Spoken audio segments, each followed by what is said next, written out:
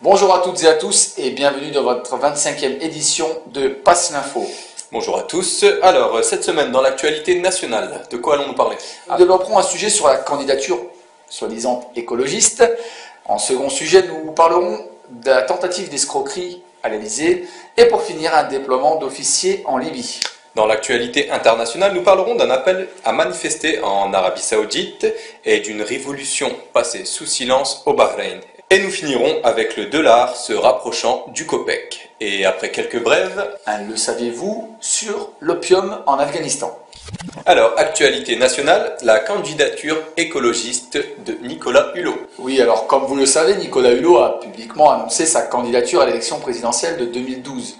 Le candidat écologiste a créé une SARL baptisée EOL, dont il détient la quasi-totalité des parts. Elle est alimentée par les royalties de la marque Ushuaïa, dont TF1 est propriétaire. Pourtant, l'animateur ne percevra plus ses rémunérations, environ 33 000 € mensuels, jusqu'à la fin de son congé en mai 2012. Pour assurer ses arrières, une vingtaine de donateurs, dont Bouygues Telecom, le constructeur automobile Volvo ou encore les autoroutes du Sud, assurent aujourd'hui plus de 65% du financement de sa fondation. Avec les autres dons et legs, le budget total de l'écologiste avoisine les 5 millions d'euros. Et escroquerie toujours, l'Elysée a eu chaud. Oui, effectivement, deux escrocs français établis à l'étranger ont essayé d'extorquer plus de 2 millions d'euros à l'Elysée. Ils s'étaient procuré un numéro de compte et avaient téléphoné au Trésor public qui gère les comptes du palais présidentiel en certifiant être les patrons d'Air France.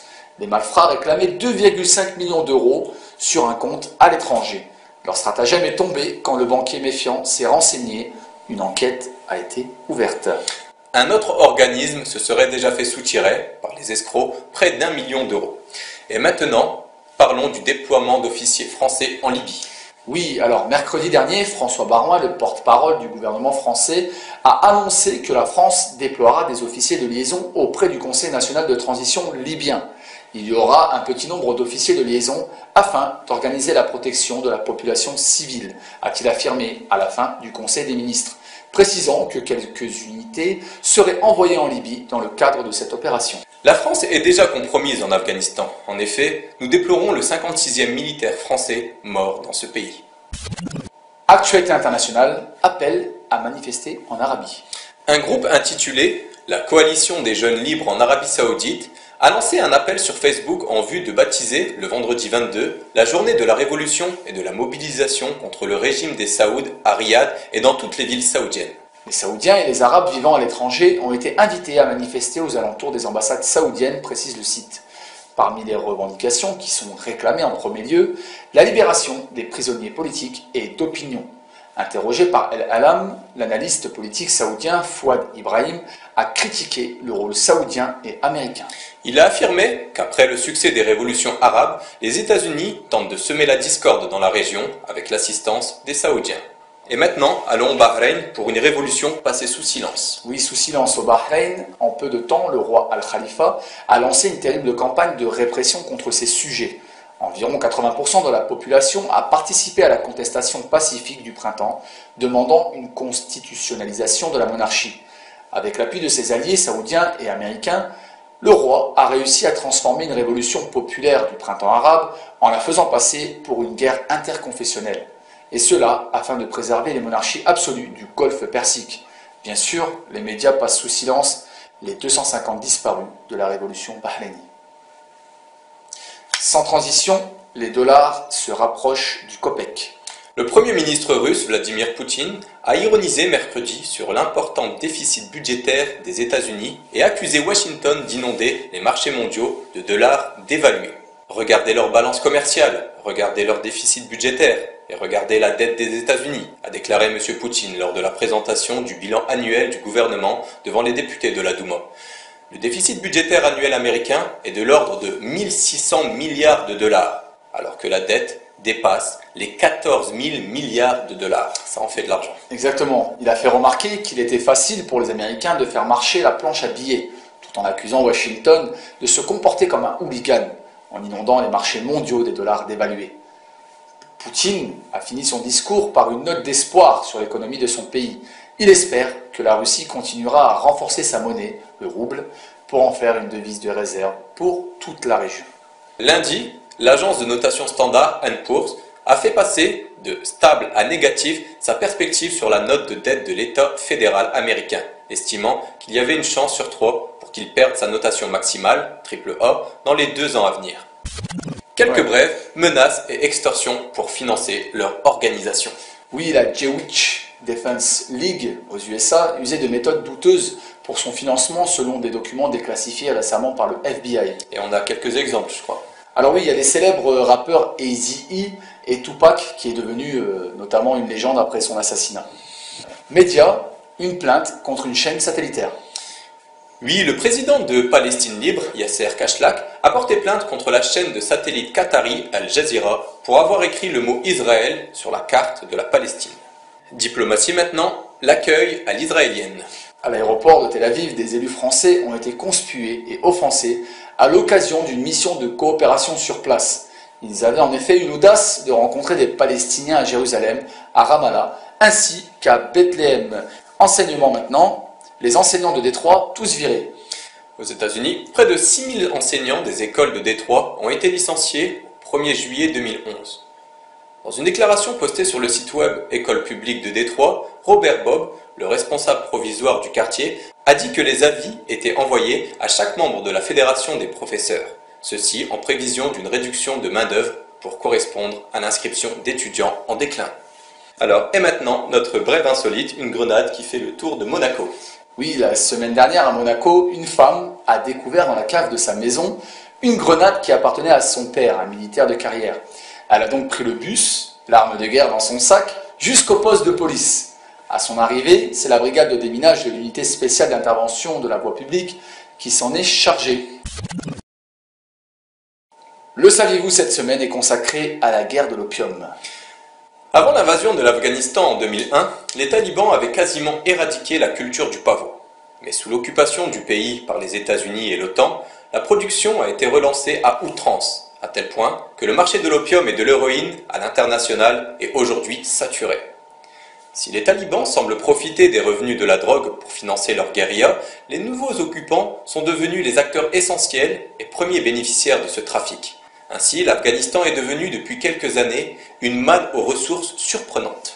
Le journaliste italien Enrico Piovesana a pointé du doigt les troupes d'occupation prises en flagrant délit de narcotrafic.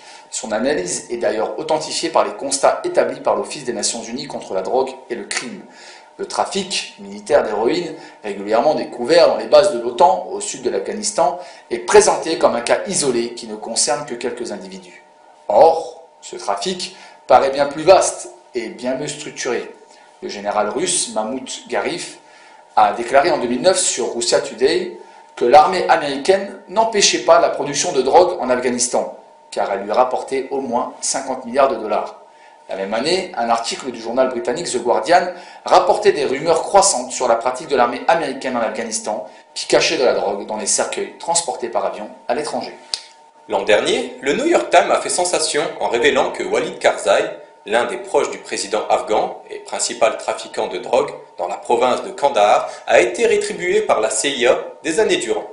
Il y a quelques mois, la presse allemande avait avancé que l'une des principales agences d'entrepreneurs privés en charge de la logistique des bases de l'OTAN en Afghanistan, Ecolog, était soupçonnée d'être impliquée dans le trafic de l'héroïne afghane au Kosovo et en Allemagne. Après l'invasion de 2001, la production et la vente de l'opium afghan et de l'héroïne ont repris à des niveaux jamais vus, pulvérisant en quelques années des records. La venue des armées étrangères en Afghanistan, la paix, la prospérité ou la sécurité a pour régner en Afghanistan. Les États-Unis et ses alliés n'ont pas été capables d'empêcher même la production de stupéfiants en Afghanistan. Et pendant la période de leur présence, la production de stupéfiants a été multipliée. Vous savez que l'Afghanistan est devenu le premier producteur mondial de drogue, sous le contrôle des États-Unis, dans la zone qui est contrôlée par le gouvernement Karzai, que c'est le demi-frère du président Karzai qui dirige ce trafic des stupéfiants. Et donc les troupes alliées sont utilisées par le général Craddock pour détruire la concurrence des paysans dans les zones qui n'appartiennent pas au gouvernement Karzai. Donc voilà dans quelle aventure le président Sarkozy est en train de conduire les troupes françaises. C'est la fin de notre indépendance militaire et c'est se mettre au service d'une organisation criminelle. Par contre, le bilan n'est pas consternant, au contraire, c'est un bilan tout à fait prodigieux et glorieux pour les trafiquants de drogue. Alors les trafiquants de drogue, il y a les Afghans, il y a la famille du président Karzai, homme lige des Américains, mais il y a aussi peut-être, alors là c'est une méchante rumeur et je ne veux pas me faire l'écho de rumeurs, savoir que certains services américains pourraient bénéficier de ce trafic de drogue. Les troupes américaines et de l'OTAN ont, quant à eux, toujours refusé de s'engager dans la lutte contre le trafic de stupéfiants. Maintenant, leur soutien aux barons locaux de la drogue dans leur guerre contre les talibans. Le directeur général de l'Office des Nations Unies contre la drogue et le crime, Antonio Maria Costa, a indiqué que les fonds énormes tirés du blanchiment d'argent et du trafic de drogue sont la pierre angulaire qui garantit la survie du système économique américain et occidental. Ce trafic permet d'introduire des fonds dans le secteur financier qui se trouve sous pression évidente depuis le début de la crise financière mondiale. L'absurdité, c'est que l'armée nationale, on est en train de la former, mais on refuse de l'équiper parce qu'on apporte les armes pour retourner contre nous. Donc on va lui donner à sécuriser par exemple Kaboul à la fin de ce mois, mais on ne veut pas lui donner les mêmes outils technologiques que nous, parce que sinon on pense qu'ils peuvent être achetés par l'argent de la drogue et se retourner contre nous. Donc on est vraiment dans un système qui est sans fin. On a déjà gagné 2 guerres contre les Britanniques et contre les Soviétiques. Et on n'a pas gagné grâce à de meilleures armes ou à de l'équipement sophistiqué, mais grâce à notre foi. Je vous remercie de nous avoir suivis pour cette 25e édition de Passe l'Info. Merci à tous. En espérant vous retrouver la semaine prochaine et surtout, n'oubliez pas, passez l'info.